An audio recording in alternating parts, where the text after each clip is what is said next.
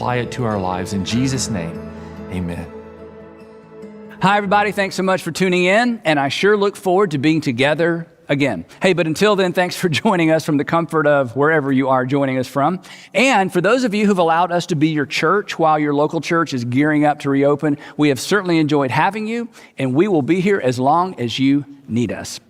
Today, we begin a brand new 4-part series entitled Leading Through, and the subtitle is 3 Essentials for Navigating Uncertainty. 3 Essentials for Navigating Uncertainty. Now, here's the thing.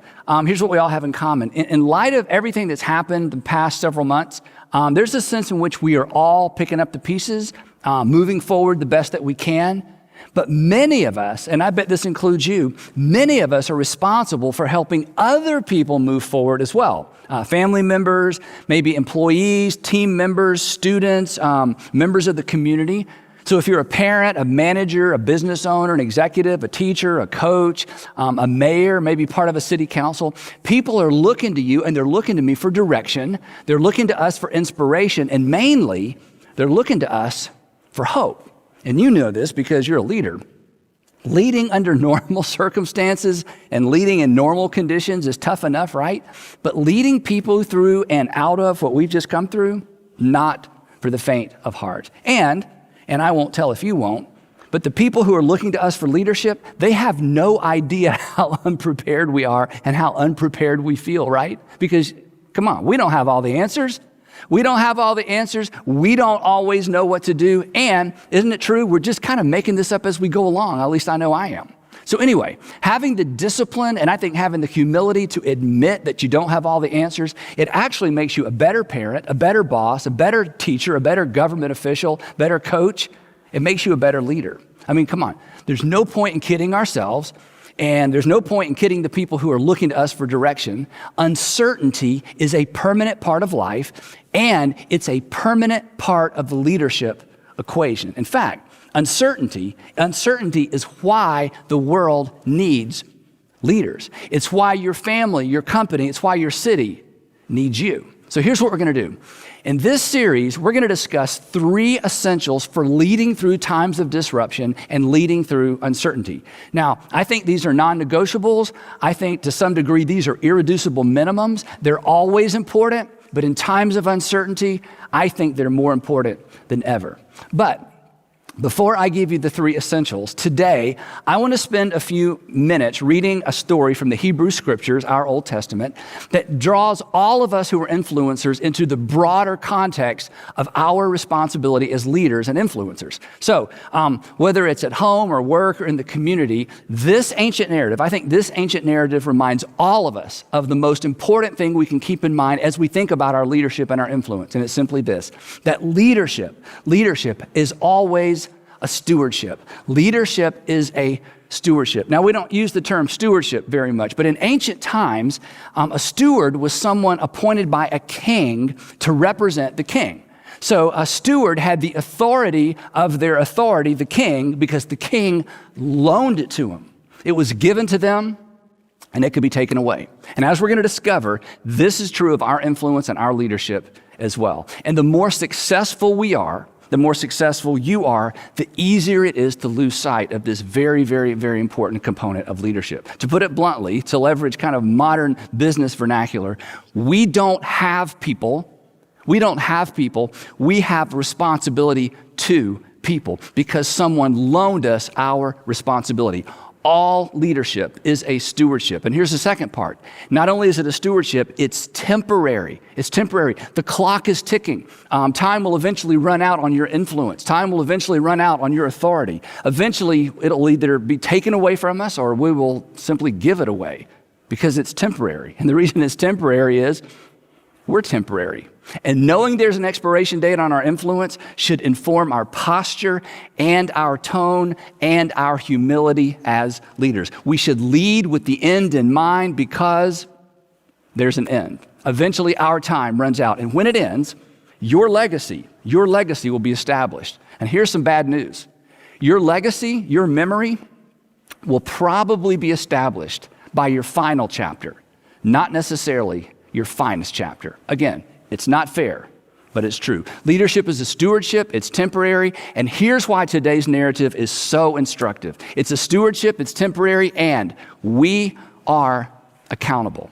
Everybody is accountable to somebody for how they steward or manage their influence. But today's narrative reminds all of us that our accountability as leaders goes beyond a boss, a board, a constituency, or a base. In fact, if you believe in some way or shape or form that all men and women are created in the image of God, and that consequently, the people you lead and the people that you're raising, the kids that you're raising are technically or actually your brothers and your sisters, then ultimately we are accountable to God for how we lead and how we leverage our influence. Jesus taught this, Jesus modeled this, and today's text illustrates it.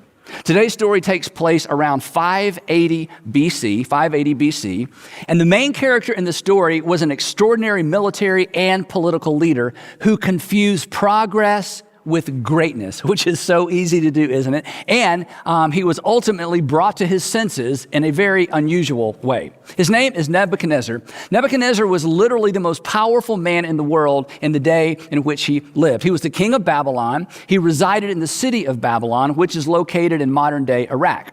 Now, this is super important. About 20 years before the story we're going to look at today, about 20 years before that, Nebuchadnezzar invaded Judah. The city of Jerusalem was actually spared for the time being. But while he was there, Nebuchadnezzar went in and rounded up members of the nation's elite, their citizens, their best and their brightest people, and brought them back to Babylon as hostages. And included in this number of folks were Shadrach, Meshach, Abednego, and Daniel. Then, a few years later, Nebuchadnezzar returns to Jerusalem. He sacks the city. He destroys the temple, but before he destroyed it, he looted it. And then he takes all the contents of the Jewish temple to Babylon, and he places them in the palace vault. Now, I need you to log all of that away because those details become very important toward the end of today's story. Now, Daniel and the Judeans exiled in Babylon, for them, the moral of this story was simple, that God was judging the nation of Israel for its disobedience, and that basically God was putting the nation in timeout until they got their act together, until they decided to become faithful to the covenant. So for them, that's how they understood these events. But King Nebuchadnezzar didn't see it that way. The way he saw it, it was very simple. His god, Marduk, was clearly more powerful than the Jewish God, Yahweh. And Israel's God had lost. So consequently, that's just the end of the story, right? But as it turns out, that was not the end of the story. In fact, it's actually why we know this story. Daniel documents these unusual events in the Old Testament book of Daniel.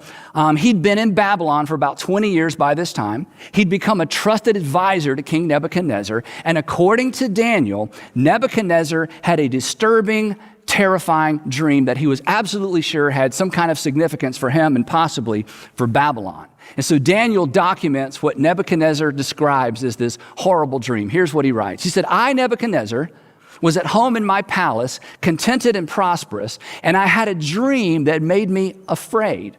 And here's what he dreamed. He dreamed that there was this enormous, beautiful tree that was visible to all the earth, and all the animals of the earth rested under the canopy of this enormous tree, and it provided food for all the earth's creatures. Then, in the dream, he hears this loud voice from heaven that says, cut it down. And in his dream, suddenly, this enormous tree is cut down to a stump. And then in the dream, the voice says this. It says, let him be drenched with the dew of heaven, and let him live with the animals among the plants of the earth. And let his mind be changed from that of a man, and let him be given the mind of an animal, till 7 times pass by for him. And then the voice announces this.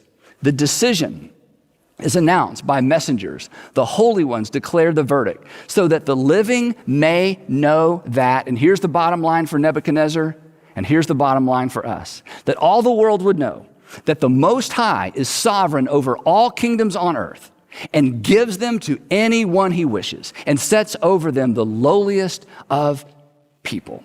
So when Nebuchadnezzar wakes up from this dream, he is terrified and he knows it has something to do with him. So he calls in all the usual suspects to help him interpret this dream, and they either can't or perhaps they won't. And eventually he brings in Daniel. And when Daniel hears Nebuchadnezzar's dream, he also is terrified. In fact, Daniel is so terrified when he hears Nebuchadnezzar's dream that Nebuchadnezzar actually has to comfort Daniel. And here's what Daniel says. He says, "My Lord, if only the dream applied to your enemies and its meaning to your adversaries, but it doesn't. It's all about you." And then I think perhaps because of what he was about to say, Daniel takes a step back and he says, "King Nebuchadnezzar, here's what the dream means.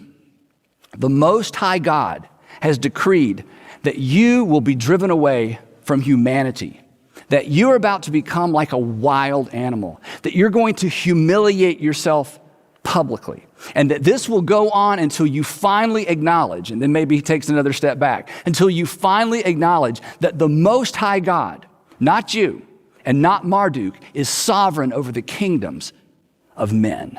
And then he gives him a little bit of good news. He says this, he says, "Your kingdom will eventually be restored to you, but not until you acknowledge that heaven rules. Therefore, Your Majesty, be pleased to accept my advice." And then Daniel steps into his role as an advisor to the most powerful man on the planet. And here's what he says. He says, "Renounce your sins by doing what is right, and your wickedness by being kind to the oppressed. It may be that then your prosperity will continue."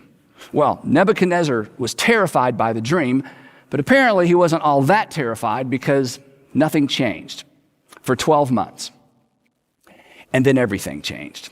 12 months later, King Nebuchadnezzar was walking on the roof of the royal palace of Babylon, and he said to himself, or he said out loud, "Is not this the great Babylon I have built as the royal residence by my mighty power and for the glory of my majesty?" And we can hear the music change, can't we? And we can pretty much guess what happens next, can't we? The words were still on his lips when a voice came from heaven, and the voice said this, "This is what is decreed for you, King Nebuchadnezzar." Now, King Nebuchadnezzar is the one who's accustomed to making the decrees. Now someone is making a decree about him. "King Nebuchadnezzar, your royal authority has been taken from you." It's been taken because it can be taken, and it can be taken because it was given. It was on loan. It was a stewardship, Nebuchadnezzar. And Nebuchadnezzar, you didn't know it, but you are accountable, and you're being called to account. You made it all about you, and now you're through. King Nebuchadnezzar, you will be driven away from people, and you will live with the wild animals. You will eat grass like the ox. And seven times will pass by for you until you acknowledge, and here's the bottom line, until you finally acknowledge that the Most High is sovereign. The Most High is sovereign over all the kingdoms on earth, and he gives them to anyone he wishes. And immediately, Daniel says, immediately, Nebuchadnezzar was driven away from people, and he ate grass like the ox. His body was eventually drenched with the dew of heaven until his hair grew like the feathers of an eagle and his nails like the claws of a bird. Nebuchadnezzar lost his mind. Possibly stricken with boanthropy. Boanthropy is actually a real psychological disorder where the person suffering from it actually believes that he or she is a cow or an ox. So what happens is his attendants or his wife walks in one day and they find King Nebuchadnezzar crawling around on all fours making animal noises. They take him out to a private garden and they try to keep this story private, and he lives there. We don't know how long, but eventually he comes back to his senses, and when he's told what happens, of course, he's absolutely humiliated. And he puts two and two together, and he remembers the dream, and he remembers Daniel's interpretation of the dream. And Daniel takes down his confession, and here's what Nebuchadnezzar said at the end of that time. He said, I, Nebuchadnezzar, raised my eyes toward heaven, and my sanity was finally restored. And then, of course he did, then I praised the Most High. I honored and glorified him who lives forever. His dominion is an eternal dominion. Suddenly, it's not all about Marduk. It's all about Daniel's God. His dominion is an eternal dominion. His kingdom endures from generation to generation. This is so powerful. No one can hold back his hand or say to him, what have you done? And now I, Nebuchadnezzar praise and exalt and glorify the King of heaven, because everything he does is right and all his ways are just. And those who walk in pride, he is able to humble. So here's the lesson for Nebuchadnezzar and for us. Leadership, even kingship, is a stewardship. It's a gift. It's temporary. Leaders and kings are accountable. And so we dare not, this is our lesson, we dare not leverage our power, we dare not leverage our influence to oppress. Now, this whole incident with Nebuchadnezzar did not happen in secret. Wherever there were slaves, there were no secrets. And this story eventually circulates throughout the royal family and beyond. Then, follow along, 40 years go by. 40 years later, by this time Nebuchadnezzar dies. There were 2 or 3 other kings that lasted for a very short time, but 40 years later, the new king of Babylon is Nabonidus. He's the brand new king of Babylon.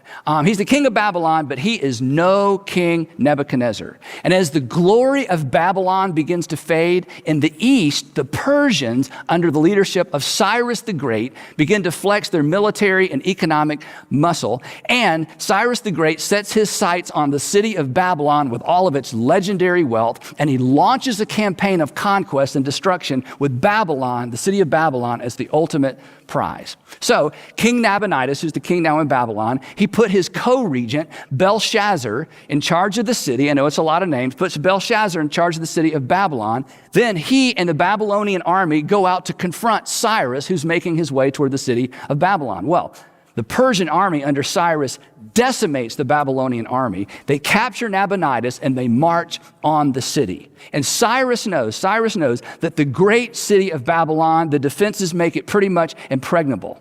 But he's going to march on the city anyway. Meanwhile, inside the city of Babylon, Belshazzar, who now considers himself the king, prepares the city for a protracted siege. He reinforces the gates as the Persian army surrounds the city. And he's so confident the Persians will never breach the walls of Babylon. I mean, from his perspective, the Persian army is going to, thirst to death, starve to death, or if they stay too long, they're going to freeze to death. But there was no way they would take the city of Babylon. So, with the city's defenses set, Belshazzar decides to throw a party, a huge party.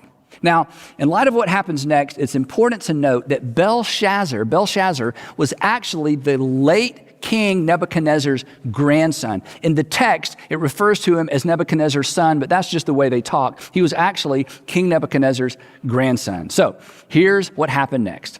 King Belshazzar gave a great banquet for 1,000 of his nobles. This was a big party, and he drank wine with them. And while Belshazzar was drinking his wine, he gave orders to bring in the gold and silver goblets that Nebuchadnezzar, his father or his grandfather, had taken from the temple of Jerusalem. We talked about that up top, remember? So they brought in the gold goblets that had been taken from the temple of God in Jerusalem.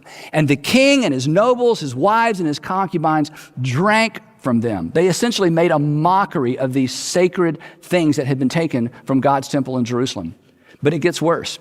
As they drank the wine, they praised the gods of gold, the gods of silver, of bronze, iron, the gods of wood, and the gods of stone. And Yahweh had finally had enough. The text says that suddenly, the fingers of a human hand appeared and wrote on the plaster of the wall near the lampstand in the royal palace. And the party stopped, right? The king watched the hand as it wrote, but he can't read what's being written. In fact, nobody can read it. The text says that his face turned pale and he was so frightened that his legs became weak and his knees were knocking. And then Belshazzar announces to everybody at the party, anyone who can read this, anyone who can read and interpret this writing, I will make them the third highest ruler in the kingdom. But nobody steps up. Now, his queen, who apparently either wasn't invited to the party or who left early, hears all of this commotion, or maybe she hears a lack of commotion. She steps into the banquet hall. She glances up at the wall and sees this strange writing on the wall, and she comes over to the king and she says, "Pumpkin," or however she referred to Belshazzar. "Pumpkin," she says, "don't be alarmed. Don't look so pale. There's actually a man in your kingdom who has the spirit of the holy gods in him." King Nebuchadnezzar actually appointed him to be the chief of the magicians, enchanters, astrologers, and diviners a long time ago.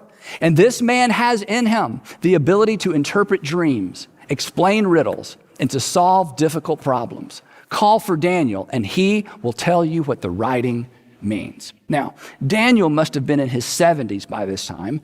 Apparently, he'd been forgotten by everybody except perhaps the queen. So they find Daniel, they usher him in. Belshazzar repeats his promises of wealth and glory and power. Daniel shakes his head. He glances up at the strange script that's, written on the plaster, and he says, "You may keep your gifts. You may keep your gifts for yourself, Belshazzar, and give your rewards to someone else. Nevertheless, I will read the writing for the king, and I will tell him what it means." And I'm sure you could have heard a pin drop in the throne room as Daniel begins. And he says this, Your Majesty, he recounts a little history, puts this in context. "Your Majesty, the Most High God," and here's our word, "gave your father or your grandfather Nebuchadnezzar sovereignty and greatness and glory and splendor." It was a gift. Because, he says, because of the high position he gave him, all the nations and all the peoples of every language dreaded and feared your grandfather Nebuchadnezzar.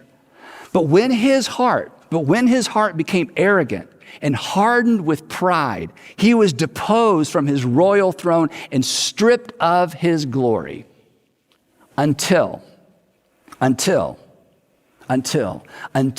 he acknowledged, and here's the bottom line, until he finally acknowledged that the Most High God is sovereign over all kingdoms on earth, and he sets over them any one he wishes. Then I think he paused, and he looks at Belshazzar right in the eye, and he says this, But you, Belshazzar, his son, have not humbled yourself, though you knew all of this. You've heard this story before. You knew what happened to your grandfather. You've been warned. You should know better. But instead, you have set yourself up against the Lord of heaven.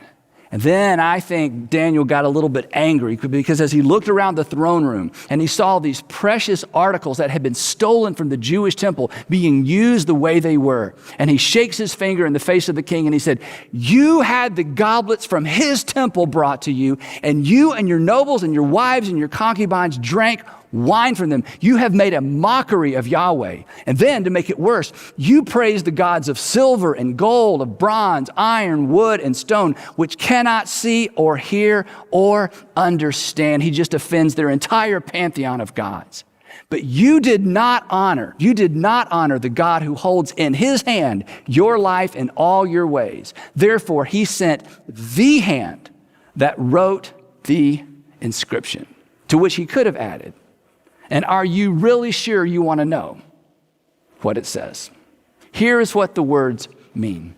Mene, God has numbered the days of your reign and brought it to an end." Belshazzar, your leadership was a loan, and God is calling the loan. Tekel, you have been weighed on the scales, and you have been found wanting. You are accountable. You've been evaluated. Perez, your kingdom is divided and given to the Medes and the Persians. It's been taken away. You thought it was yours. It was never yours. He gives and he takes away, and now he's taking it away. Now, while all of this is going on, while they're having the party, while Daniel's interpreting, what's been written on the plaster, unbeknownst to anyone in the room, Persian engineers were actually diverting a portion of the Euphrates River into a swamp outside the city. Now, the Euphrates River actually ran under the wall of Babylon and through the city. That's why they had an endless water supply, and that's why they were not afraid of a protracted siege. But here's the thing. By diverting the water supply, the Persian engineers caused the level of the Euphrates River to drop. And when it was low enough, a Persian SEAL team swam under the wall, killed the Babylonian guards guarding the gates, and then dragged those enormous steel-girded doors open, and the Persians took the city. In fact, Daniel tells us that very night, Belshazzar, king of the Babylonians, was slain. The Most High is sovereign over all kingdoms on earth, and he gives them to anyone he wishes. Now, I'll be honest, I'm not sure how all of that works, but if it's true, and I think it is, there's something there for all of us who have any measure of influence. Your talent, your education, your family connections, your hard work, your discipline, or maybe just your plain luck, put you in a place of influence. But what you do with that influence determines whether or not you are a leader worth following, a leader worth emulating. And this is what's so catalytic about this idea. Unlike Nebuchadnezzar in his early years, and unlike Belshazzar, when we view our influence, however great or small, when we view it as a temporary stewardship for which we are accountable, we will be far less likely to spend it all, focus it all, or leverage it all on ourselves. And we will be far more inclined to leverage our leadership and our influence for the sake of those we have the privilege to lead. We won't need to be reminded that greatness is more than progress. When we embrace this definition of leadership that incorporates the idea that it's a stewardship, that it's temporary, and that we're accountable, we won't have to be reminded that people matter most, that what's best for people is always what's best. We won't need to be reminded that people matter to God because we will live with the understanding that it's God who loaned us our temporary opportunity to begin with. So, whether you're leading a family, a business, a nonprofit, a division, a department, a team, a city, a state, or a nation, remember this. Leadership at every level, leadership is always a stewardship. It is always temporary. And you are accountable. And here's why. Because the Most High is sovereign over the kingdoms of men, and he gives them temporarily to anyone he wishes. Now, all of that is simply the setup or the context for where we're going over the next 3 weeks. And next time, we're going to tackle the first of these 3 essentials for leading through times of disruption and uncertainty. So please, please, please don't miss part 2 of leading through. Before you go, however, I do have 3 questions I would love for you to think about or ideally talk about with your small group or maybe with your family. Now, here's the first question. When it comes to leveraging influence and authority, think about this one. When it comes to leveraging influence and authority within the context of your personal experience, in terms of what you've experienced, where have you seen or who have you seen get this right?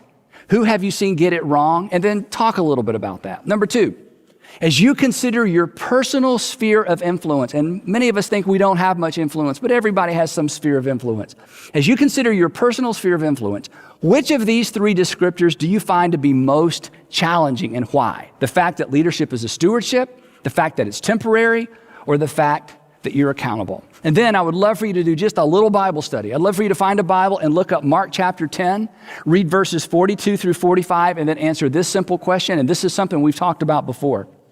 What are the qualifications for anyone, in Jesus' words, what are the qualifications for anyone who wants to become great? Now, as I said up top, this has been an unusual season for all of us, but unusual times mean unusual opportunities. So this week, I want you to look for an opportunity to leverage your influence, your temporary stewardship of influence, for the benefit of someone who could benefit from it. Because, after all, that's why God gave it to you to begin with. What a challenge. I'll be praying for us as we look for those opportunities to leverage our influence this week. For those of you that are new or curious about taking a next step at Southside, I'll see you in just a minute on our Zoom call. For the rest of you, we'll see you on social media.